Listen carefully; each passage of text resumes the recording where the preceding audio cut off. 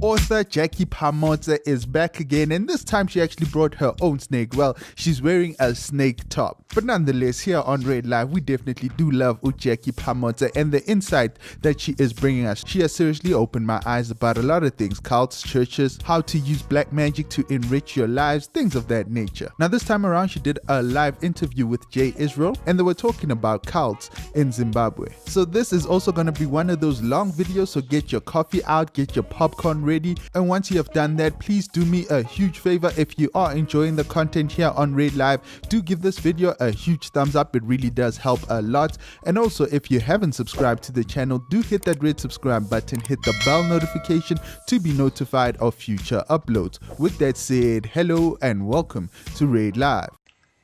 Good evening, everyone. Welcome. I know you were waiting for this family meeting. We have a very interesting guest. We were supposed to have this conversation last night and we were unable to have this conversation, but it's definitely going to happen tonight. And I'm not going to comment on the irony of my shirt.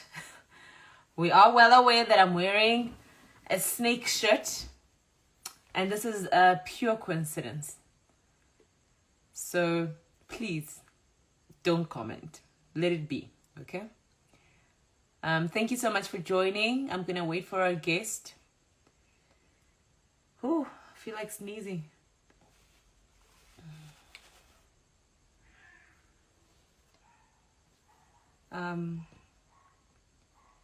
Yeah, there we go. I found him. Let's see if the connection is fine now. There we go. It's connecting. Thank goodness. Hello. Finally.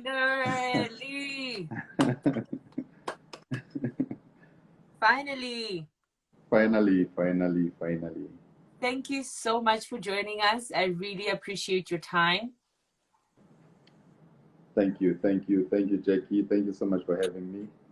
Hi, everyone. I'm going to switch off the comments simply because I would like you guys to see our guest, and I would like us to have a conversation where we're not interrupted.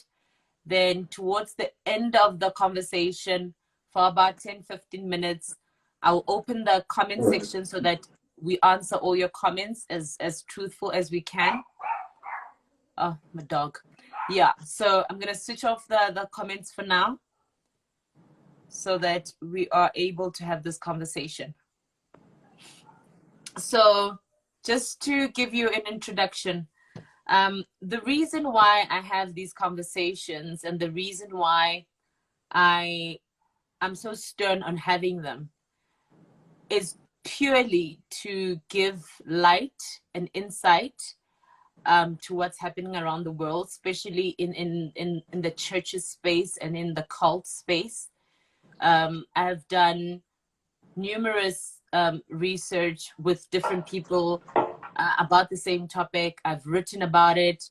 There are certain things that I have experienced myself. Some experiences are from friends and so forth. Some experiences are purely from testimonies from other people. Obviously, what my intention for these conversations is always to bring somebody who has some kind of experience and who has a broader understanding and who has turned over a new leaf. So they started somewhere, they did something, and then they went on to do other things, as opposed to what the problem in the conversation would be, right? So I saw a lot of comments yesterday when I posted that we will not be having this conversation at that particular time, is last night. And the comments that I saw under that post were, for an example, Jackie, why are you insistent on bringing these fake pastors onto your feed? We are giving them platforms to market whatever it is they want to market. And I purely didn't answer that question because I've always said, and I'm repeating it again, that everybody has a past. Their past is equally important as the next person, and their experience is equally important, because sharing that experience might help somebody who's experiencing something similar in the present moment. So I will not deem myself as a pure person. I will not deem myself as a perfectionist. And I certainly don't know everything. That's why I have these conversations, so that you can correct me where I'm wrong. I can get your story and we can find solutions, possible solutions. Not that every solution that's here is going to work for everyone, but it's possible solutions to get out of cults in particular, or church cults, right? So thank you once again for having this conversation with me. I would like you to introduce yourself. I know you. Funny enough, I met you for the first time today. And honestly speaking, your aura blew me off. I don't know what it is. I don't know what you carry. I don't know, but it blew me off. I had to come home and pray. I had to be with other people so that I am okay. Nevertheless, I'd like you to give sort of a background for people who have not experienced you, have not watched your videos, who were not in the church that you started in East London, who were not part of the church that you had in Zim. Just give them a brief summary of who you are, where you come from, and then we'll get into the conversation. Oh, well, can you hear me well? Yes, I can. Yes, I can. Okay, thank you. Thank you so much, Jackie. I think first and foremost, I would like to say that you are doing a wonderful job, you know. Thank you. And many people might not understand where you're coming from, why you're doing what you are doing, and stuff like that. But I, for one, will tell you today, if no one has ever told you, that don't stop what you're doing. You are liberating millions of people across the globe. You know, you are liberating a lot of people out there. And at the same time, we have so many people who are also in denial of the truth. They know the truth, but they're living in denial. They know that everything that you've been talking about, everything that you're saying is the truth. That is why today when I met you, I said, you know what? I fear for your life, because you think you are exposing what people are doing, but it's deeper than that. You are dealing with a system. You're not dealing with individuals. You are dealing with a system that is so wicked in such a way that once you start exposing their secrets, they will do everything possible to make sure that they kill you. You know, if they don't get you physically, they'll definitely get you spiritually. So I would like to commend you for the great work you're doing. May God bless you for this. And I know that a lot of people out there, one day is one day, they're going to go back to all your videos and they'll begin to say, you know what, she was right. She was saying the truth. You know. Thank you. I don't want to lie to you. The last 14 days, if I'm not incorrect, have been extremely challenging. Okay. They've been extremely challenging from a security point of view, from an emotional point of view, from a spiritual point of view. And like many people, I think you have experienced what I've experienced, where you do get death threats, you do get people calling you, you do get people following you. Yes. You know, people trying to also sabotage people. And I'm well aware that people are getting bribes at this present moment to find a way to discredit me. I'm well aware. I've had those conversations with multiple people over the last 4 or 5 days, where people have come to me and said, Jackie, I want you to see the screenshot. I was offered so much money to discredit you. I was offered so much money to write an article that is negative about you. I've had people who have said, okay, listen, I don't know what to do about this situation, but I'm getting, people are offering me gifts to speak ill of you, to reject contracts, to do things. I've had that in the last 5 days, and I'm not even speaking about something that happened years ago, in the last 5 days. And purely because of these conversations. Yes. I'm not going to sit here and pretend as if everything is okay. It's not okay. I'm dealing with it the best way I know how, the best way I have dealt with it in the last 5 years. I'm trying to be very consistent with that way, because it has worked.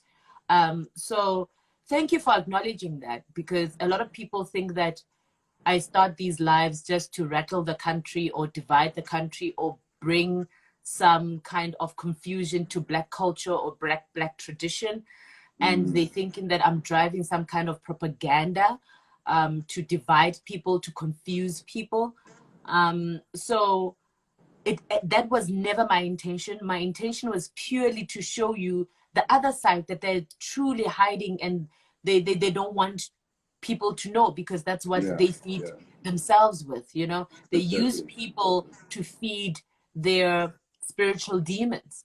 And it's been a very, very difficult 14 days, day and night. I can imagine. Fighting, you know. I spoke to you today, and I spoke to other people today, and the normal consensus, well, the general consensus was, my God, may God be with you, because we feel it. We see the comments, we see the articles coming out, people trying to say, oh no, she's just trying to demonize Black culture. She's just trying to make Black people seem like they are witches and this. I'm like, no, I didn't say that. I've never said the Black culture is demonic. I said there are some aspects of Black culture that people use for demonic powers. That's what I've said over and over again. And you are true, and you're right in saying that there are people who will try to distort the truth. I'm well aware. You know, there's so many people online creating these lives with traditional healers and what, trying to say, no, cults are not a thing. They're an African thing, a West African thing. And I'm like, no, you know, we live in South Africa. Can you just open your eyes for a little bit and stop being in denial? True. So this particular conversation, I'm most certain they will find ways to distort it, you know. So that's why I would like us to be very, very clear, very, very intentional, and also very, very truthful to what we know with our experiences. Because your experience and my experience will never be the same, but it does not make it untrue. You understand? So I pray this conversation goes well, because that's the intention. I pray that you speak your truth without feeling censored. And I do hope once you leave this conversation, you equally feel that you have done your job to educate or save someone or just inform someone. Yeah. So, yeah, let's start. Where do you come from? Where do you come from? Well, my name is Jay Israel, and I was born and bred in Zimbabwe. Although a lot of people think I'm Nigerian because probably I look Nigerian, but I was born and bred in Zimbabwe in a city called Bulawayo. Yeah, you know, I come from a family of 4 girls, 2 boys. I lost a sister some years ago, and I lost my dad as well a few months ago during lockdown. And unfortunately, I wasn't able to travel for his funeral. Yeah. And so I grew up in Zimbabwe, you know, from very humble beginnings, you know, come from a very humble home, you know. We had to struggle for everything, struggle to get food, struggle to go to school. And I dropped out. I didn't finish school, unfortunately. I dropped out when I was in Form 1. That's like grade 8 here in South Africa. Yeah, so I dropped out, and when I dropped out, stayed with my mom. I love my mom so much, by the way. I stayed with my mom. You know, she tried to do everything possible to send me back to school, but things were not so well. So at that time, you know, I started hanging out with these guys who were quite older than me, and started drinking. I started doing a lot of things at a very young age. You know, they used to call me Manane. You know, in Bulawayo we speak Ndebele. That's more like Zulu. Yes. So they used to call me Manane. So each time we'd go to the nightclubs, or we'd go to the, you know, drinking places, you know, they would call me Manane, small boy, what are you doing here? You know, so to try and cover that up, I now had locks. My locks were probably up to here, up to my shoulders. And yeah, I pierced my ears, you know, just to try and cover up the young look and all that. That went on for like maybe like 3 years or so, you know. Yeah, then I remember at some point we went to Botswana, myself and my friends. We went to Botswana to look for jobs, but we couldn't find anything. And then we had to go back home to Zimbabwe. Life was very tough. And then I gave my life to Christ when I got back home to Zimbabwe. I gave my life to Christ. I started, you know, going to church. And then at church, I met up with some people who told me, oh, you've got a gift, you know, you are gifted, would like to help you out. But you know, there's something about poverty. When the spirit of poverty is upon your life, no matter who can help you on or what can happen, you know, you will still go back to, you know, to square one. I remember this man looked at me and he said, at the time I was in Usher at church, he looked at me and he said, young man, you look like my son. I said, oh, wow, that's great. And they said, yeah, you look like my son who passed away. Now already you begin to realize that poverty will make you look like dead people. You know, I hate poverty. You cannot walk up to a rich man and say, you look like my dead uncle. I mean, Yeah. It's hard. Yeah. Yeah. You know? And that will purely be an insult. Exactly. So then he said to me, I'm going to give you my son's clothes. Come home, I'm going to give you his clothes, his shoes, everything that he left behind. So the man gave me everything. I took these things to our home. Hey, the rats in our house did a party with those clothes and shoes. They ravaged everything, you know, and I was left with nothing, you know. So as time went by, I met up with this pastor from Blawayo, and he told me, you are gifted, you know, you've got a gift, and God is going to use you mightily, and told me all those things. I've always loved God from a very young age, you know. So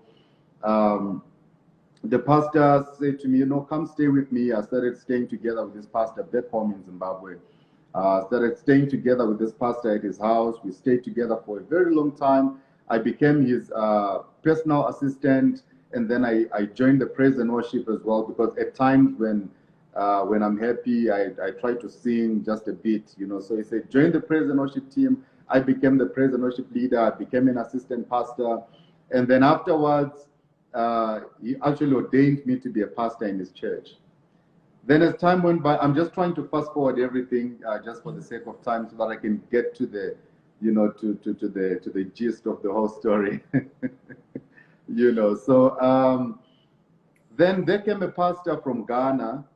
This pastor came all the way from Ghana, and then when he came down to Zimbabwe, he also gave me a prophetic word, and he said to me, young man, God is going to use you mightily. God is going to do great things through you.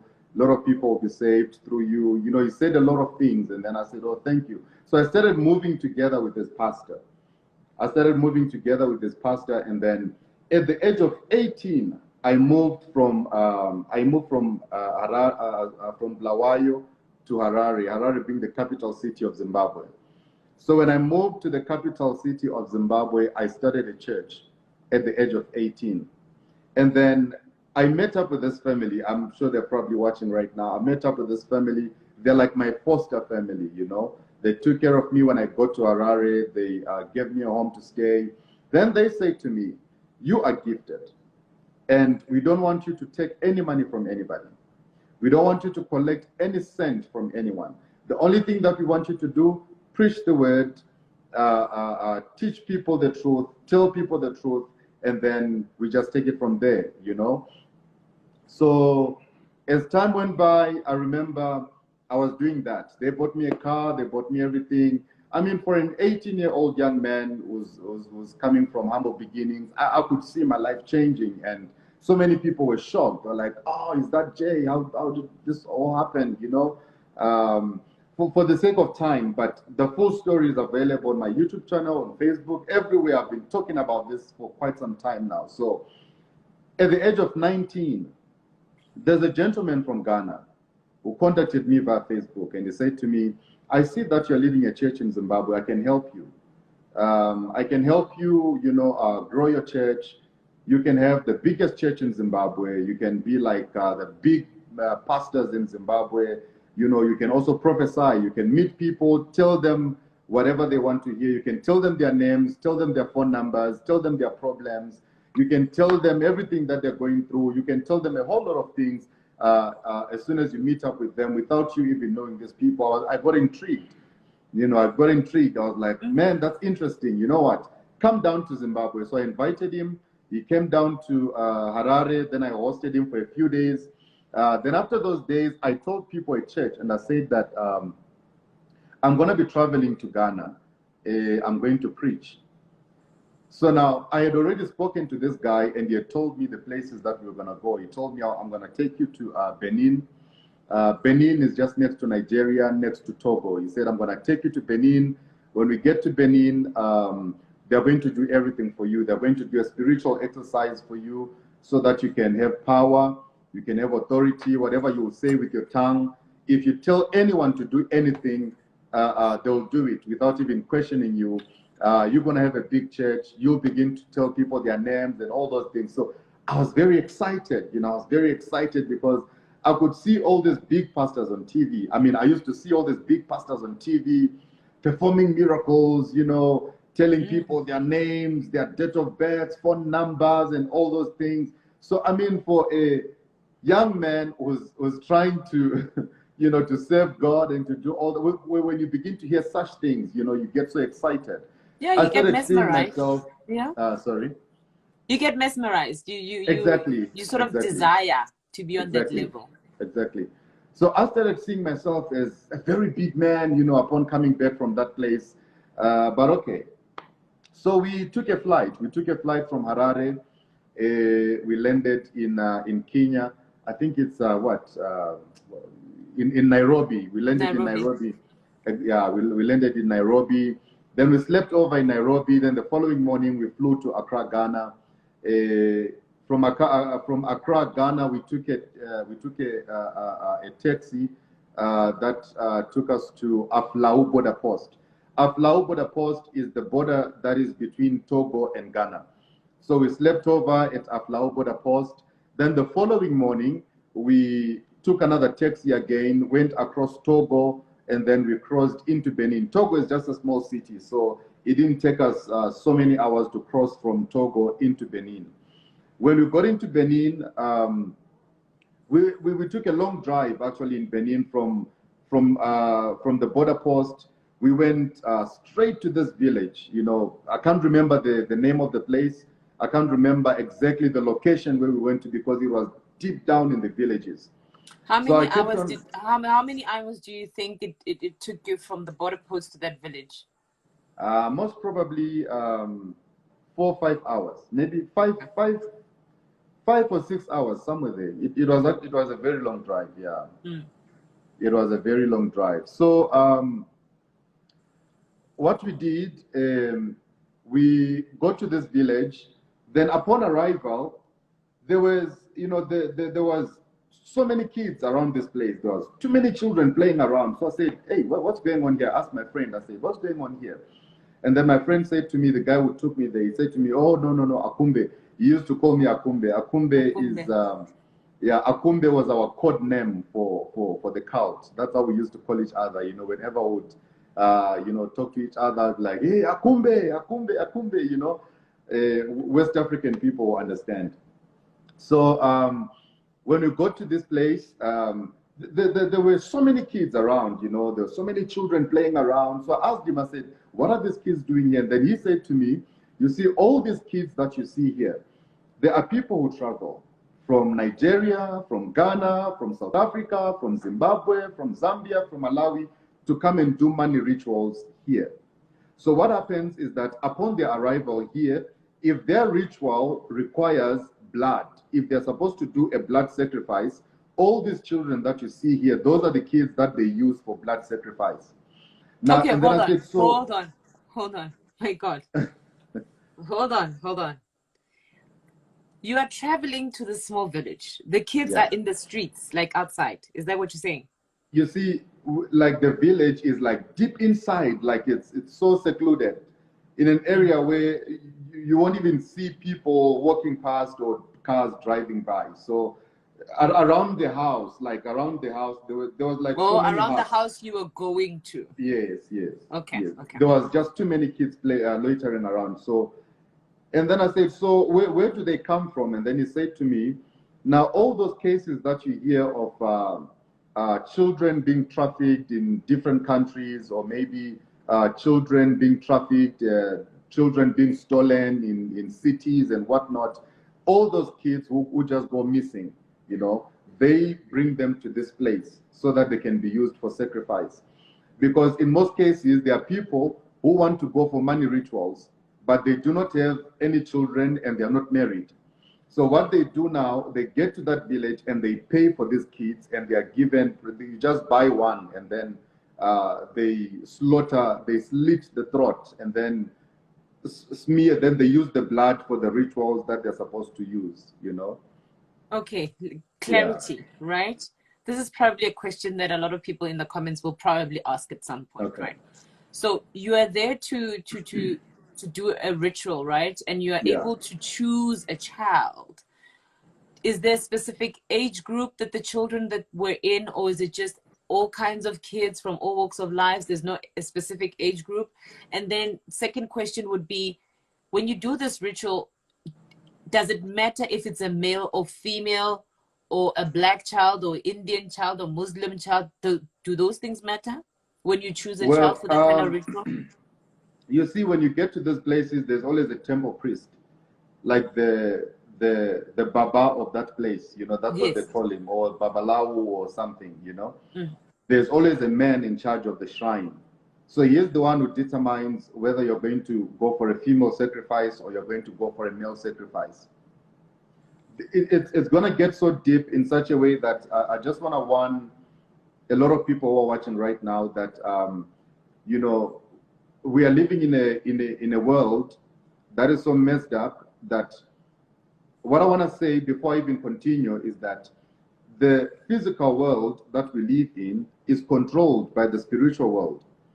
For example, right now, from September, October, right now we're in November and we're getting to December. Already, if you look at the number of accidents that have happened over the past months from September. Now, these 4 months, September, October, November, and December, according to the demonic calendar in the satanic world, they are called the ember months. These are the months where all people from the underworld, the people from the satanic kingdoms, all the occultic people, demonic people, you know, in different kingdoms, because all these people come from different kingdoms. They don't just come from the same place altogether. There's different cults. There's different brotherhood organizations. There's just different places. So during these 4 months, watch the number of accidents that are going to happen and that have happened already. Watch the number of people that are going to die during these 4 months. Watch the number of people that are going to disappear during these 4 months. These are very critical months in the demonic and satanic world, because this is when most of the rituals are done. This is when most of the sacrifices are done. This is when most of their gatherings in the underworld, wherever, this is when they meet. And this is the most crucial time again for people to be very careful out there, because a lot is happening. A lot is happening. Satanic people are out there. They're all over. I'm telling you, occultic people are in the clubs, they're in the church, they're in the beer halls, they're everywhere. They're just all over the place. And they are looking for blood. They are looking for blood in so many different ways. It's either you'll disappear, or they're going to use your menstrual period blood, the blood you see during those days, that blood, they take it and they use it for sacrifice. It's either they're going to sleep with you. After they sleep with you, they're going to use whatever discharge that you're going to discharge, and they'll take that and use it for sacrifice. At the end of the day, you see yourself getting sick, you see yourself losing everything. If you go to work, you start losing things. Things will just start falling apart. Why? Because there is somebody that you met who was part of a cult, or who is part of a cult, or who is actually in the satanic kingdom, who belongs to the underworld. But because nobody knows, because they will never tell you when you meet them. That is why such conversations are very crucial and very important. Can you please repeat the months again for somebody who might not have heard them? What are these months? They're called the Ember months. September, October, November, and December, Ember months. You can just, yeah, you know, a lot is going to happen. There's going to be a lot of bloodshed. This happens every year. It's not something that's just going to happen this year, but it happens every year during these 4 months of the year.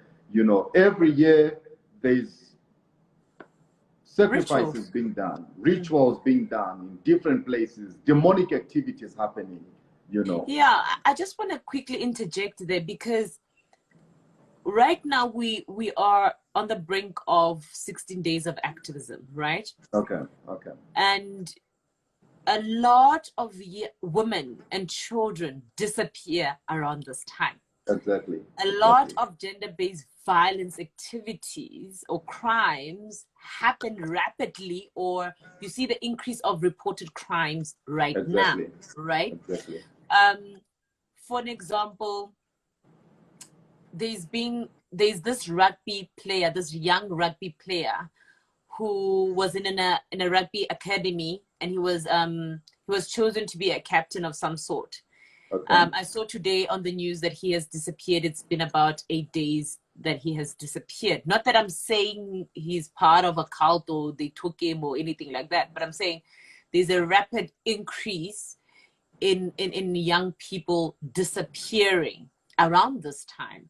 A lot of young people are equally dying at this time, whether they die spiritually or in the physical world, right?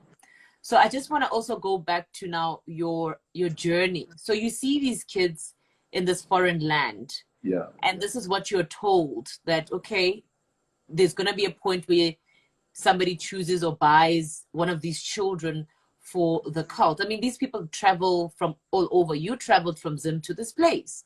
Yeah. So you see them, and at that specific moment, did you feel like you didn't want to do this anymore? You didn't want to go forth just by virtue of hearing what they were telling you, why those kids were there for? You see, as soon as we go to that place, I didn't want to act like a coward. You know, as a man, at times you just want to, you know, you just compose. You understand? So I just had to compose. Like, I acted as if everything was normal, but deep inside, my heart was pounding so fast, and I just couldn't take it because it was too much. I'm seeing this for the first time, and my background, where I come from a Christian background, and the things that I'm about to get myself into, and remember, I'm getting into this, you know, consciously, and I had made a conscious decision that this is what I'm going to do. You know, yeah, so you were not coerced or forced or human trafficked or anything like that. So when I got there, I just had to compose. And then he said, okay, no, don't worry. This is what happens with these kids. So we go to the place, we met this old man. This old man couldn't speak proper English. You know, he was speaking pidgin English. Yeah, like the broken, yeah. Exactly. I've experienced it, but now the especially in pidgin Malawi. English, exactly. The pidgin English that the man was speaking was deeper than the one that I understand. So my friend had to interpret. Like, so they asked me, what's your name? Where are you coming from? What do you want? So I told him what I want, and then he said, okay, it's fine. How much did you bring? You know, but before we get to the how much part, we have to check your spirit, because we don't want to give you something that after we give it to you, you're going to run mad. We don't want to give you something that after we give it to you, it is going to kill your family, your people will start dying one after the other. We first of all have to check how strong are you spiritually, you know, as a person, before we give you anything else. But before all that, there's something called protection that they had to do on me. So the process of protection was the first one, where they were saying that after we initiate you into this, you are going to go back out there, you're going to meet other people who are in different cults. So you're going to clash spiritually, you know. Let's say you get to a place where there is a pastor or also in the occultic, and then he realizes that you're part of the cult, and you are there, you are taking all his members, you're taking all the money. Because one thing for sure, church is a business. Church is a business, and whether people who are watching me now are going to think maybe I'm being antichrist or anti-church, but I'll tell you, according to everything that I'm going to narrate now with me, I don't care. I mention people's names. Those who are part of the cult, I speak their names. There's pastors that have run away from South Africa after I started exposing the things that we were doing together and the things that they were also doing in their own spaces. I'll tell you why I got to that point and how I got fed up and how exactly I got to that point. But for now, so they did the protection part. The protection part, they took a razor blade. Yes. Like what I was telling you, that I've got a lot of those on my body, like the cuts. So the razor cuts where they do like sort of a star on you, right?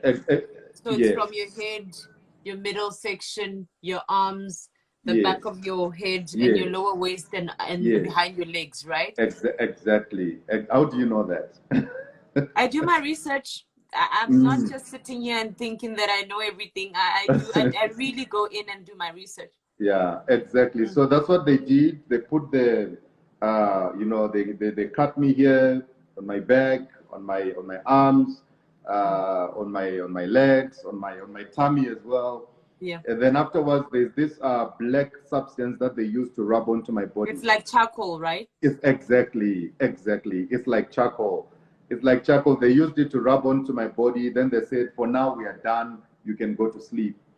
So the room that they said you must go and sleep, it's a room where you find, those wooden sculptures, like those wooden statues, that they make, like those funny faces. Also, the ones that they carve and they sort of draw a human, yes. They carve like an image of something. An image of something, exactly. Yeah, like a god or a Buddha or whatever, but an image of something, right? Yeah.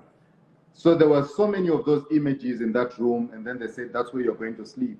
Then they said that when you sleep in this room, you must not sleep with your clothes on, you sleep with your clothes off. So myself and my friend, we slept in this room, naked together, 2 males in one room, naked with statues. Yeah, very naked, and none of us is gay, by the way. Thank God. Yeah, very naked. Look, things that we do because we want something. You just do whatever it takes. You go in blindly, and you just accept what you asked to do. Yeah. So when we're busy, so we're in there, we're in the room, and then I was asking my friend, what's happening? These wooden images, there's blood dripping on them. You can feel, you can literally smell the smell of blood in the room, and it was very bad. And they say, no, it's part of the process. This is the protection part. Us sleeping in this room, we are familiarizing ourselves with the gods that we are going to be worshiping, because after we are done with this, we are not going to be worshiping the real God of heaven. We are not going to be worshiping the God of the Bible, but there is a God that they are going to introduce us to, and that is going to be our God. So we will not be worshiping God anymore. But when we go back to our people, we are still going to use the Bible. We are still going to use the Bible verses. We are still going to look. There is no one who knows scriptures like a false prophet. There is no one who knows the Bible like a fake pastor. There is nobody who can quote scriptures like a businessman who is masquerading as a pastor, wearing a suit just to defraud the saints, Jay, I'd like us to go back to the sculptures, because you said something very profound and something that I just want to interrogate a little bit more. So the sculptures are dripping of blood. Yeah. Do you know whose blood it is? Is it animal, human? At that point, even up to now, I still don't know whether that's human blood or that's animal blood or what, but yeah. So you're sleeping in this room and these things are dripping of blood. Does the blood dry out throughout the night? The blood does not dry. It keeps on dripping from the head. Yeah. Is there a bucket of blood dripping on these things, or how? It keeps on dripping from the head, just to keep these images fresh. I don't know where that blood comes from. I don't know how it keeps on dripping or whatnot, but That is what I saw. And so it was dripping like it was coming from a fountain. Something because like a fountain that. sort of But not circulates. much. It wasn't like that fountain kind of dripping, but, Yeah, you but could literally see that there's blood, dripping here. okay. Yeah. Are you sleeping at that time on a carpet, a mat, a mattress, or No, like on the floor. On the floor. on the floor? Yeah, on the floor. Remember, this is West Africa. West Africa is very hot. Mm. So we're just sleeping on the floor, and it was actually very hot, so there was no need for a blanket or anything. So I kept on asking a lot of questions, and my friend was saying, no, don't ask a lot of things, don't ask a lot of questions, because you don't know the It might come consequences. across as undermining. Yes, so you just don't ask anything. You don't ask anything. Whatever they tell you to do, that is what you do. If they tell you take off your clothes, you take off your clothes. If they tell you sit down, you sit down. If they tell you lie down, you lie down. There's no point of questioning, because the fact that you came all the way, it means you are now coming to submit to their authority. So whatever they tell you you're going to do, you're not going to question. Okay. So we slept in this room the whole night. We were there. Then the following day, they said, we are going to now take you for a wash. We're now going to take you for a wash. Any spirits from your family, spirits from your village, whatever, anything that is linked to your family or background, we are going to wash you so that we can cleanse you properly before we initiate you to the cult. So they took me to this place, just a small bush, not far from the house where we were. When we got to that bush, I remember they brought this bucket, and in the bucket there were so many leaves, different leaves, different branches, different things inside. And then they brought fowls, chicken. Yeah, they brought live chicken. Then they told me to kneel down. I knelt down. Then what they'll do was to cut off the head of the chicken and then smear the blood around me, doing this on my head, smearing the blood all over my body. Then they cut another one. They did the same thing again. As they were doing this, there were words that they were speaking. I could not understand the words, but there were so many words that they were speaking, a lot of words that they were speaking. I felt something, during the whole process. There is something that I felt. I felt dizzy. I felt like, the whole place was moving as they were doing that chicken like that. I felt like the whole place was also moving as well, and whatnot. So after that, they took the water, then they poured all the water in me together with the leaves and everything. Very, very stinking water. I've never in my life encountered such, stinking water, but I just had to do it. It was part of the process. Then afterwards, they told me just go and dry up. As you are drying up, keep on thinking of what you want. Keep on thinking of what you want. Whatever it is that you want, keep on thinking about it. Whatever it is that you want to see, keep on thinking about it. So I sat by the sun, not by the sun, but I just sat by this open place. It was very cloudy, but in as much as it was cloudy, it was still very hot. That's the kind of weather that was there at the time. So, but now, is this like early morning, 5 o'clock, 6 o'clock, 3 o'clock in the morning? This was early morning. This was early morning, the following day, early morning. Probably I can say but like the time, 6. like, do they do it around 6 in the morning, yeah. Okay. Now, there's also, thank you for bringing that up. There's also something very important about time. Everything that they do. Because I know these things are done at a specific hour. And a specific hour means something. So that's why I just wanted you to just tell the audience of that specific time, so that you also explain what time means to certain people in their cults. Spiritually, also time means something. But in this specific incident, what did that time mean? Why at 6 o'clock? Well, I might not know why exactly at 6 o'clock, but what I can tell you is that there's 6 o'clock, there's 3 o'clock, and there's 12 midnight. These are the times that are given, for sacrifices, for rituals, and all that. I believe that we had to do this thing early morning, at daybreak, That is why, most probably, that is why I didn't ask. Remember, I was not allowed to ask. Yeah, exactly. So after the wash, I went to sit there waiting to dry, and then because they told me you are not going to use a towel. Whatever we put on you must just dry onto your body. You won't use a towel or anything. So when we finished, I went back. Then they said, okay, later on in the evening, we are going to introduce you to your God, so that we see whether he accepts you or he rejects you. Then I said, what happens if he rejects me? Then they said, now that because it's not the man who said it, but it was my friend. My friend said, you just need to pray that this God accepts you, because if this God rejects you, then you might not go back home. Exactly.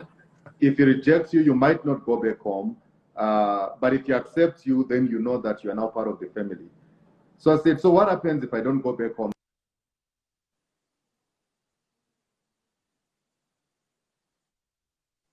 About that. Sorry okay. About that. Yeah. So I said, so what happens if this God rejects me? Then he said, you won't be able to go back home. I said, oh really? He said, okay. So I said, no, so now if I don't go back home, what's going to happen to me? Then he said, hey, that means you're also going to be used as a sacrifice. Then he just laughed about it as if it was a joke. But to me, I was freaking out. I was now praying and asking myself, why did I even come here? What if, I had a lot the whole day. I was not thinking straight. The whole day I was not thinking straight. I was thinking about my mom. I was now thinking about going back home, telling myself that I don't mind. I can just go back home and just leave. Look, at this point, the only thing I want is to leave, because I'm not sure whether this God is going to accept me or he's going to reject me. Because if it happens that he rejects me, then I'm not making my way back home, So the time came, then we went into a different room, clothes off again, but this time only with our boxers on. Then we knelt before this very big image, also very bloody as well. So much, there was just a lot going on that image, Then they said, kneel down. We knelt down. My friend was already part of the cult, so he was coming to introduce me. And at the same time, he was coming to enhance his own power. He was coming to sort of like, leave an appreciation. Yeah, like revitalize, Exactly. And also ask, what can I do? I remember he said, there are people who are giving me problems. I want them to die. That's what he said. And the man said, oh, no, don't worry. Is it a man or a woman? Then he said, give me the picture. Then he gave the man the picture. Then the man looked at the picture and he said, okay, this one is very weak. It's very weak, this one. I'll not charge you a lot of money. Just a few money, I'll just do it. And then by the time you go back, this person will be gone. So hold on. Your friend that went to go initiate you had to go revitalize his thing, right? Yeah. He brings along pictures of people that he feels are a problem in his life, towards him or his business or his life. Yes. Right? To these people at this, what do you call it? Cult, right? This is an occultic place. The man you meet is the Babalawo, right? Is the Baba, yeah. So the Baba says, okay, show me the pictures. He looks at the pictures, and I don't know, I'm just assuming now, he probably sees some kind of spirit within the picture, right? Exactly. Sees something and says, oh, well, this, I can predict how this is going to go. This won't even last so long and so long. It's not going to cost you a lot of money. I'll do this for you. By the time you go back home, this will be done. It won't be an issue anymore. So is that what you're saying? Because when you look at people, the way that he was looking at people, the way that he was looking at this picture, I remember that you see, people are different. There are people who are strong spiritually, and there are people who are spiritually weak. And I can tell you one thing for sure, that South Africa is full of spiritually weak people. Let's talk about South Africa before we go beyond the borders. We have a lot of Christians in South Africa who are so gullible. Gullible, spiritually weak. They claim to know God, but they don't know God. That is why they are led by false prophets, and they will never see that this is a false prophet. There are Christians in this country who are led by fake pastors. I'm going to mention some names in this broadcast of pastors who are here in South Africa, who are part of these occultic kingdoms, who are doing all these occultic things. For example, I know that your audience is mixed. It's different from my audience. My audience is a different audience altogether, but your audience is more on the secular side, and it's more like it's the country, So I am Mrs. Cupcake after all. I'll give you an incident that happened. A very sad incident. Very, very sad incident that happened right here in Johannesburg, of a certain guy who killed a girl at Sunken Sky. Okay, I know about that. You know about it? Are you comfortable for me to talk about it?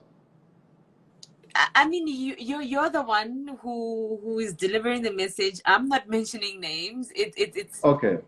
Now look at this. All entirely to you, depending on what you want to say. But okay, it's fine. My all right. God. Sorry, but look. I think also out of respect for the family of the person who died, let's leave their names out of it. But you can say the circumstances are, because I do believe that their family is still very sensitive about the passing of that little girl. And rightfully so, because she didn't die in a peaceful manner. She was literally decapitated. Just out of respect for her, I think we should not mention her name. But you're free to narrate the story without the names. Okay, it's fine. You know the incident, and very, very sad thing. Very, very sad thing to happen. And when people look at it, they will say this is gender-based violence. No disrespect. I have so much respect for the family, and may the lady's soul rest in eternal peace, But as we are talking about cults, this is also going to serve as a lesson, to all the other people who are watching right now, because many people thought she was killed because they had a fight. It's deeper than that. The guy was part of a cult. The guy was part of a cult and is still part of a cult.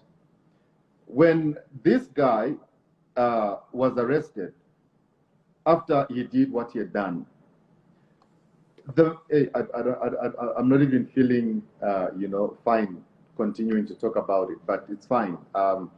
This guy was part of the cult. And the way that he killed the girl, it was part of the ritual. The girl had to be killed in that way because it was part of the ritual. It's only people who have been in cults, people who know how cults work and how people in the occultic kingdom operate, that will tell you that this is not a normal death.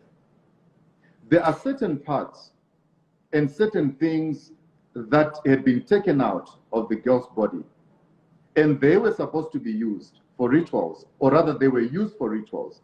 Hence, the body had to be bent beyond recognition so that the people whom this guy was acquainted to in the occultic world, this was a way of covering up everything so that it will not look like it was an occultic sacrifice, but it will just look like he got angry. That is absurd. That is crazy.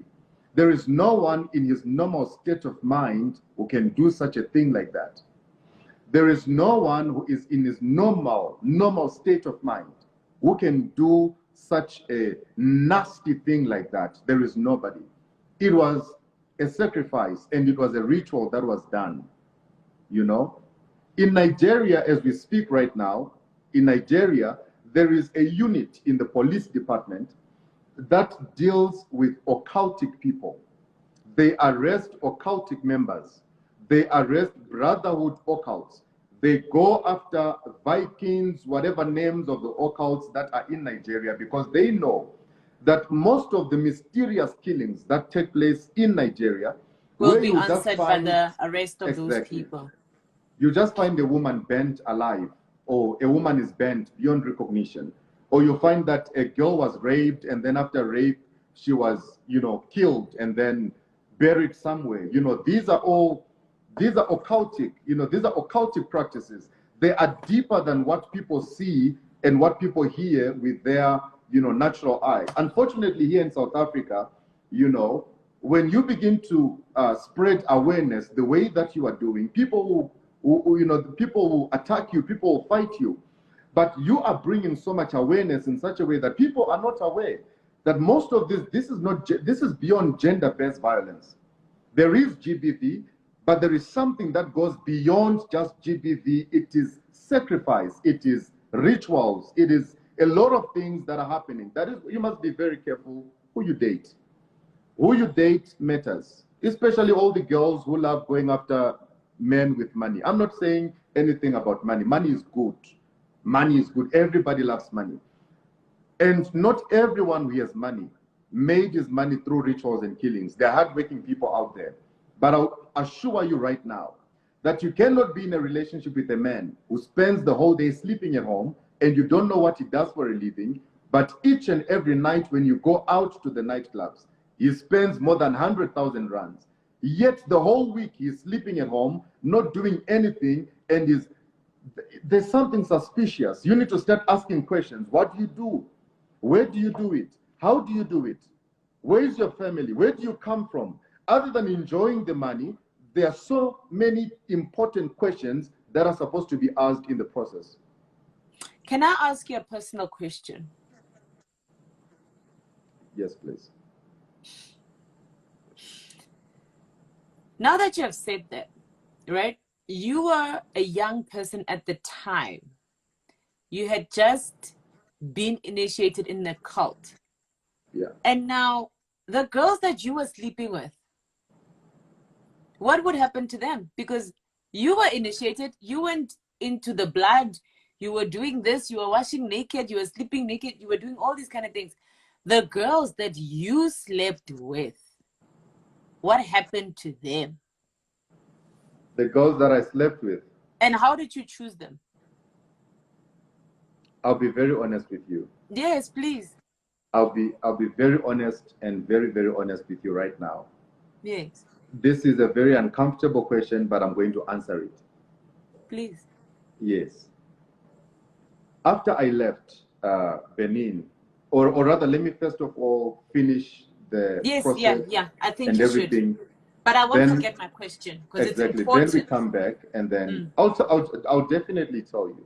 I think I'm even going to read one of the messages from the girls that I was involved with, back then. Then when she watched me speaking, she actually came to me and said, "Ish, I just saw you talking about the things that you've been involved in and everything. I remember that this and this happened to me at the time. But look, with me, it was not intentional. I'll be very honest with you. It was not intentional. My sacrifice, I had not reached yet that level of, human sacrifice and whatnot. But once you join the occultic and once you're part of these things, there is a certain urge of wanting sex that comes with being part of the cult. It's natural. It's like sex becomes part of worship. Yeah, it becomes sort of a priority. Exactly. It becomes sort of like a priority. But my sacrifice and everything that I was doing, they gave me conditions, and they told me that if ever I sleep with a woman who's on her menses, who was on her period, whatever that I'll be trying to do on that particular day when I go to church, it won't work. If I try to do anything, it won't work. The thing that I operate with will definitely embarrass me because it is allergic to the to the menstrual period blood. The other condition as well was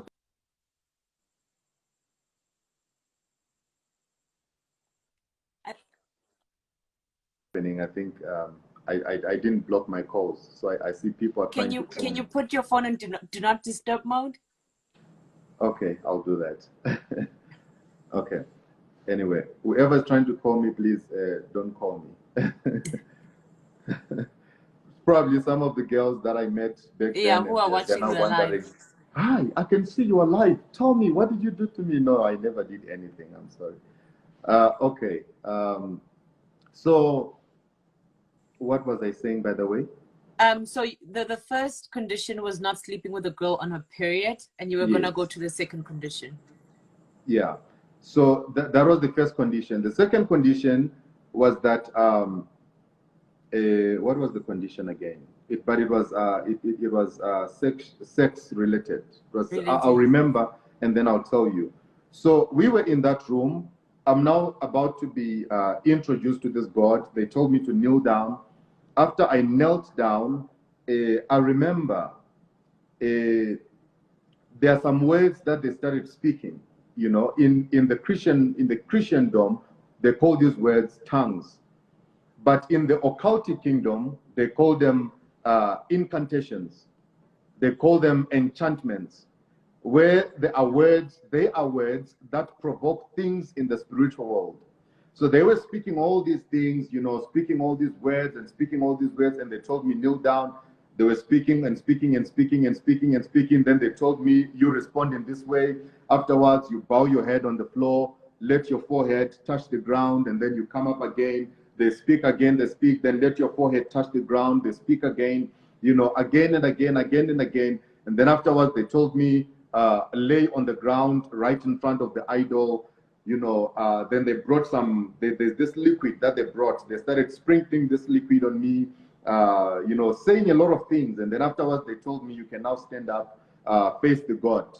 And then I faced him. Then they told me, say whatever that you want. And then afterwards, say these words. And then after you say these words, you kneel down again. So I followed the whole procedure and the whole process. Then afterwards, I knelt down and they said to me, the men spoke in pidgin English. And then my friend said, it looks like you are now part of the family.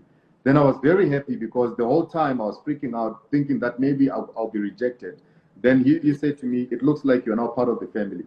And then afterwards, they said, we're going to go sit somewhere, have some things to eat, some things to drink and whatnot, you know, as part of the whole process. Ceremony. Exactly. The following day, because we didn't have so many days, so the following day, they gave me a horn, a very big horn like this, quite big. It was quite a very big horn. Then Do you this think horn it's had a a head. rhino horn or I have no an idea. elephant horn? Oh. I have no idea which animal it was, but it was a very big horn. Then this horn had a head on it. The head had a red cloth that was covering the head. So as I was, you know, so they handed it over to me. Then they said, this is your God. And the name of your God is called Atovi. Atovi. That's the name of your God. From today, you're going to be worshiping this God. We are giving you this God, and you're going to use this as a point of contact when you get back to Zimbabwe. Remember, at the time I'm 19 years old. You're going to take this horn back home to Zimbabwe. This is what you're going to use as the point of contact when you get back to Zimbabwe, you know? So I said, okay, but what about the airport? How am I going to cross with at the airport with this thing? Then they said, no, don't worry. No one is going to touch your bags. No one is going to open your bags. Even their machines are not going to pick up that you've got a horn in your bag. I said, really? Then they said, yes. So they told me every time, or probably 3 to 4 times a week, I must do sacrifices to this horn. I have to lay it on the ground, slaughter my chicken, smear the blood on the head. After smearing the blood on the head, I have to take gin, you know, gin, the alcohol. The alcohol. Gin, you know, gin, Yeah. right? I have to take gin and then I drink it, then, you know, spit it onto the horn, and then I speak what I have to speak, and then afterwards there are some words that they gave me, but unfortunately I can't speak those words now. No, please don't. I will never. Yeah. It will never leave my head. If you say it, it will never leave my head. Yeah. So they told me this is what you're going to do. This is going to be your sacrifices. This is the initial stage. There is stages to this thing. You start with the chicken sacrifice, and then after some time you go to the goat sacrifice. Then after some time you have to bury a whole cow in the ground, you know, wherever you're going to be doing your church and everything. So They told me quite a lot of things. And then, but at the time, I just took the horn, put it in the bag. Then I left the amount of money that I left, and they told me, after every 6 months or after every 3 months, it's very important that as I go and I start making money, I must make it a point that I must always go back there with their money. That is why a lot of people who join these false prophets churches, all these fake churches and everything, once you give your money to these places, it's either you go broke, you lose everything, you start losing money, because the money that you bring as an offering, after they tell you that you are bringing the money to God, unfortunately, the money is not going to God, but the money is being taken to shrines. When they take that money to shrines, the shrine uses your money as a point of contact to reach you. So whatever glory, whatever blessing, whatever star that you carry, it is taken away from you just by you giving money on an altar of a false prophet or of an occultic pastor or of an occultic prophet. So they told me 6 months I have to take.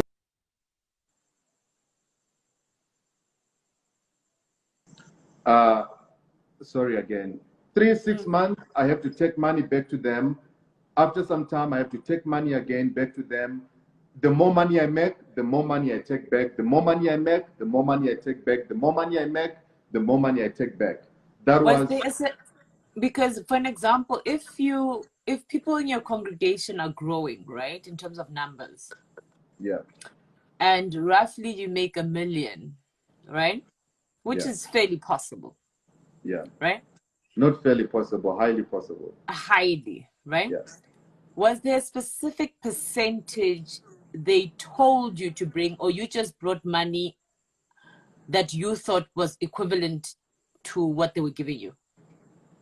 I think the most important thing was just to get something that I felt was going to make them happy, because now remember, my life is now in their hands.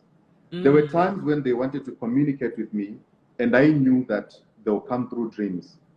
They'll visit me in my dreams and they'll come give me instructions. Now do this. This is how you are doing it. You are not doing this right. You just made a mistake. You are doing this. So I knew that from time to time, I'll see this old man appearing in my dreams. I'll see people coming in my dreams, probably people who were part of the brotherhood at the time. I would see them. I would see these people appearing in my dreams. You know, wearing at times it would be red robes. At times it would be black robes, and they come in lines. That's how they go. They go in lines. They don't go. They're very organized, very arranged. You know, everything is properly. So they come in lines, and then the master will be in front. He comes and he relays the message. I remember the time when I was now trying to come out of the cult. I started having a series of dreams where they wanted to kill me in my dreams. They would come to my dreams, strangle me in my dreams, do things to me in my dreams, to a point where I ended up not sleeping at night. And everyone who was around me, or who's still around me now, even my bodyguard, my security, and everybody, they knew and they know that this guy does not sleep at night. You know, it's something that was happening at that time. I had to, you know, get used to it. And even up to now, it's still happening, although I'm not part of it anymore. But because of the sleeping routine, I struggle to sleep a lot, you know. So because they would want to kill me in my dreams, do things to me in my dreams, I started not sleeping at night. I'll only probably go to bed around 8 in the morning, 9 in the morning, or 10 in the morning, and sleep for like 2 hours, you know, because I was avoiding, you know, meeting up with these people in my dreams at all costs. But then, can I just go back a little bit? When you're now taking this money to a different country, obviously you're not depositing the money into a bank. How do you get past the airport with so much money? Well, you see, at times it won't be like in cash, because the airports will definitely not permit you to you know, pass with so much money. You know, or at times I'll just change the money into dollars, because with dollars it will be, you know, fewer than stacks, South African stacks. Fewer stacks than the, you know, whatever. So, but mostly it will be transfer. You know, they give me bank accounts where Oh, I'll okay. transfer money to a certain country, then they'll swift it, to themselves and whatnot and all that. Or at times I'll actually carry cash. I'll put cash in my pocket. I'll give someone I'll be traveling with to also carry. Then I'll give someone else to carry. Then we fly from Zimbabwe, and go that side to just drop whatever we have to drop. So after I left with the horn, I passed the airport. First airport I passed, they didn't open my bag. I called my friend when I got to the hotel. I said, "Hey, Akumbe, I passed. I passed the airport. They did not even open the bag." And then he said, "My friend, you don't know me. You don't know. I can never take you to places that are weak. I only take you to power. This is power. Welcome to real power." Honestly, I started feeling very powerful, Then I arrived in Zimbabwe. Our Zimbabwean airport is one of the, Zimbabwean airport is a very difficult airport. But I can tell you right now that when I landed in Zimbabwe, I had no problems. When I landed in Zimbabwe, I had no problems at the airport. The customs people were there, and I had 3 bags and the small bag that had the horn inside. I just arrived, then they just said, "You know what, just pass. It's okay, just pass. You can just go." I was very happy. Then when I got to the other side, I had hundreds of people waiting for me at the airport because I told them that when I'm coming back, I'm going to start performing miracles from the airport. So anyone who's going to meet me at the airport, you're going to receive the first blessing. So I had so many people waiting for me at the airport. Upon arrival, they took my bags, and then I told them, "Don't touch the small bag. The small bag, I carry it by myself." So I took the bag to the car. Then they asked me, "No, can we carry the bag for you?" Because when you are in this, occultic, pastoral, you become big. You can't move a spoon. Somebody will move the spoon for you. You can't scratch your head. Somebody will scratch your head for you, because to them, they see it as collecting Worship. a blessing. Yeah, you're collecting. Exactly. Collecting the blessing from the men of God. That is why at times they'll come and touch the pastor's shoes. They think I'm taking a blessing, but they don't know that there is no blessing there. There is nothing, So I arrived back home in Zimbabwe. I called for an all-night prayer. I invited musicians to come and join us. It was packed. Okay, hold up. Sorry? Yeah. Hold up 1 second. What type of musicians? They're gospel singers, Yeah, pop gospel. stars? Gospel. So you invite gospel singers to your cult, to come sing in your cult?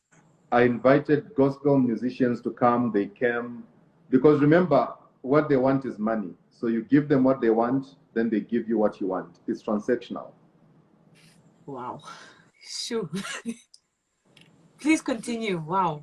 So I invited the gospel artists. They came. The all-night prayer was packed. First time in my life, I walk into a service. There's hundreds of people, not thousands, because this was Zimbabwe, but there's hundreds of people. The hall is packed. Some are standing on chairs. As I walk in, with my entourage, everything is just making so much sense. And I'm asking myself, where are these people coming from? I got in there. I took the microphone. Whenever I sing, I don't know what happens, but whenever I sing, anywhere I go, whenever I sing, it's not, I wouldn't say at the time it was God touching people, but there's something about people in church. They feel so emotional whenever they love the way that somebody is singing, and they have a mistake, and they always mistaken feeling emotional and feeling spiritual. I'll say it again. If you happen to go to a Beyonce show or a Michael Jackson show, people die because they're feeling so emotional. It's not because they're feeling the presence of God. So in most churches that are led by occultic pastors, occultic prophets, occultic bishops, you get to a place where the praise and worship is on point, and most of those people, they are not aware that their pastor is in the occultic. Because if you are an occultic man, you will try to make sure that everyone around you presents a certain amount of godliness so that people won't say, so that people won't question everything that you'll be doing at the time. So the praise and worship, they'll be singing God songs. They'll pray. Oh my God. Go to an occultic church. They'll pray for hours only to convince you that God is here. But it doesn't mean that the fact that you are praying, your prayers are going to be answered by God. No. Because of the occultic men standing in front of you, already there's a distortion in the realms of the spirit. No matter how much you can pray, no matter, as long as you go after praying, you kneel down before him and he lays his hands on you. There is a spiritual transfer. Whatever he carries comes upon you. Like I said, sex is like worship in the occultic kingdom. Once an occultic pastor lays hands on you, you start having lust. Your level of wanting to sleep with men and women becomes so high. That is why you go to churches, you begin to realize that, you know what, the club is actually better than the church, because the way people are sleeping with each other in the church is so messed up. The club is actually better than being in a church, because this is not a church. It's just like a business center where people are just coming to gather to praise a God they don't know, calling upon the God of their pastor whom they have never met, whom they have never seen, whom they have never encountered. But the only thing they know is that the anointing and the power of the pastor is protecting them. That is all rubbish. It's heresy. It doesn't exist. The only important thing that I want everyone who's watching me now to understand is that pray by yourself in your house, in your kitchen, in your bedroom. There's God. You don't need to go to a building to find God. When coronavirus came, it proved to everybody that churches have become so useless. The place where people were supposed to be healed, they were not being healed.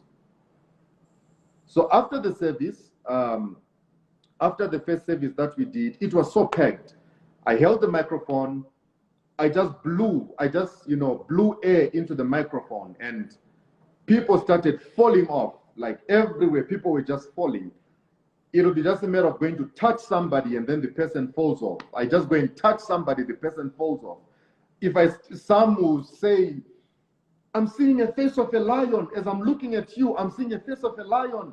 Some will say, as I'm looking at you, I'm seeing, they'll be seeing different things. And in my mind, I knew that everything that is happening here, it is not because God is in this place, but it's because of what I've, entered into and what I have done,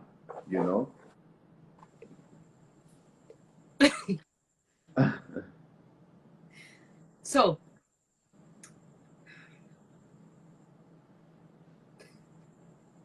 people in church would see demons that you carry masqueraded as animals. Exactly. But they wouldn't know that these are demons. Yeah, they wouldn't know. Exactly. Yeah, obviously they wouldn't know. But I'm just now trying to make sense of what they would be seeing. They would be seeing demons. If there were people, let's say it happens all the time, that in church, there's someone in church who I feel is now being against me, or is now beginning to question my source of power, because they are now seeing things that they've never seen. The things that they're seeing now are things that they have never seen before. You understand? Yeah. They know me as somebody who just used to preach, pray for people, and just say one or two things. God is saying this, and then I'm out. But all of a sudden, everything is just extreme. When I call somebody, I call them by name, I call them by phone number, I call them by their situation. Politicians, I gathered politicians in Zimbabwe. At the time, there were politicians who came. Politicians would come see me at night in my house, wanting me to tell them about their lives, tell them who their enemies are, and they would come and I'll tell them. So you realize that already, even in the political space, I started dominating. I started having people following me in the political space. So if you try to say,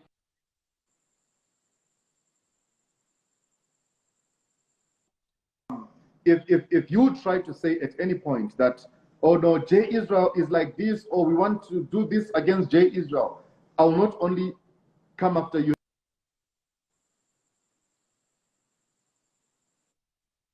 sorry. I'll not only come after you spiritually, I'll come after you even physically. I'll use all the connections that I have to all the politicians to make sure that I make your life a living hell. And I would speak about it publicly to say, you can't touch me. You can't touch me because I have control. It's psychological. Once you can control somebody's mind, you can control their pockets. Once you can control somebody's mind, you can control their bank accounts. Once you can control somebody's mind, you can control their marriage, you can control their family. So I had dominion over people's families. They wouldn't travel without asking me, should we go or not? They wouldn't move.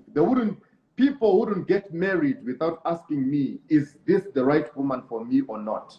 That's the kind of manipulation that I had instilled in people by using everything that I had to make sure that whatever I say is what goes. That is how the occultic operates. Were there times where, for instance, now that you've mentioned marriage, and you see a couple who's truly in love, were there Exactly. times where you saw that the union was so powerful and you said no to them because you saw that they had a star on their marriage? Was there time? I've done that before. Yeah. I've done that before. And there's actually marriages that have also, you know, there's people who are married now. Yeah, connected. I remember there was a girl in East London. Remember now, I'm still narrating my Zimbabwean journey. Yeah, Zimbabwean. Then before I come to South Africa, there was a time. Jay, Yeah. because the live has been over an hour now, can we start a new live but when you get to the point where when you were in East London, Okay, can that be part 2? Because I'm scared that you will start that conversation and the live will sort of count us down and we'll have to cut you off. Okay. So I'm gonna give it like another 3 minutes. Okay. And then I'm gonna So let save me it. just wrap up. Yeah. Yeah, and start a new live where you speak about now you transitioning from Zim and opening a church in South Africa, East London, to continue with the same cult. So I still kept my horn. I kept my horn. I was doing sacrifices on my horn to a point where I finished all the chickens in these different places where I used to buy chickens. I was even ashamed of going to these places because each time I arrived, they're like, "Oh, Pastor, you are back. You really love chickens. You must have a very big family because you buy chickens almost every day." You know, but they didn't know what these chickens were for, you know. So it went on and on and on and on and on and on and on during my sacrifices. One funny thing that happened, I have a man, he was my PA in Zimbabwe. One time I was going to a service and then I put that horn in my car because I had people in the house and I was afraid that if I just leave the horn in the house, they might open my bedroom and get in there and just search things, you know. So I took the horn, I took the horn and I put it in my car. We swapped cars with my PA and I said, let's go to the service together. You follow me behind. He had a problem along the way and he didn't make it. Then I arrived at the service. I tried to do everything. I tried to touch people's heads. Nothing happened. Nobody fell down. I tried to say to somebody, your name is James. The person said, no, I'm not James, I'm Peter. It was just a mess. Then I remembered that, no, I think I left my horn in the wrong place and that guy must have seen it. Only the following day, the guy came back and he told me, oh no, a man of God, I took your car to the car wash and then I washed the car. Then I said, did you open the boot? He said, yeah. I think they opened the boot because there was a funny smell that was coming out of the boot. I said, oh, shucks. It was a mess. It was a mess. And I knew that he saw that thing and he was afraid to ask me what it was. He spoke to one person, the other one spoke to the other one. Then rumors started spreading in Harare that J. Israel is an occult, he's satanic, he's got horns in his house, he sacrifices whatnot, and he does a lot of things. It's a rumor that started spreading in Harare to a point where it was, I didn't really like it. I was calling people and telling them, look, you talk about me again, I'll kill you. You know. So you were threatening people to protect the occult? Just to protect my cult. So time went by, I got fed up of Zimbabwe, and then I said, I'm going to leave Zimbabwe and go to South Africa. This is now which year? This is now 2015. This is now 2015. 2014 getting this is now end of 2014, getting to 2015. That's when I was now transitioning from Zimbabwe, coming to South Africa. So you basically fled Zimbabwe. Is that what you say? Not really. Not really. What was the reason? Why did you really leave in spite of the rumors? I think I was just tired of being in Zimbabwe, you know. I was just tired of being in Zimbabwe. Would it be correct if I said that, sorry to cut you off, would it be correct if I said that your greed was surpassing the market? Sort of. Yeah, because Zim is very small. In terms of, number one, their lifestyle is not like South Africa. South Africans are extreme, like Nigerians and Americans, right? True. Also, the area where you were in was now becoming below your standards, because now you're getting all this money.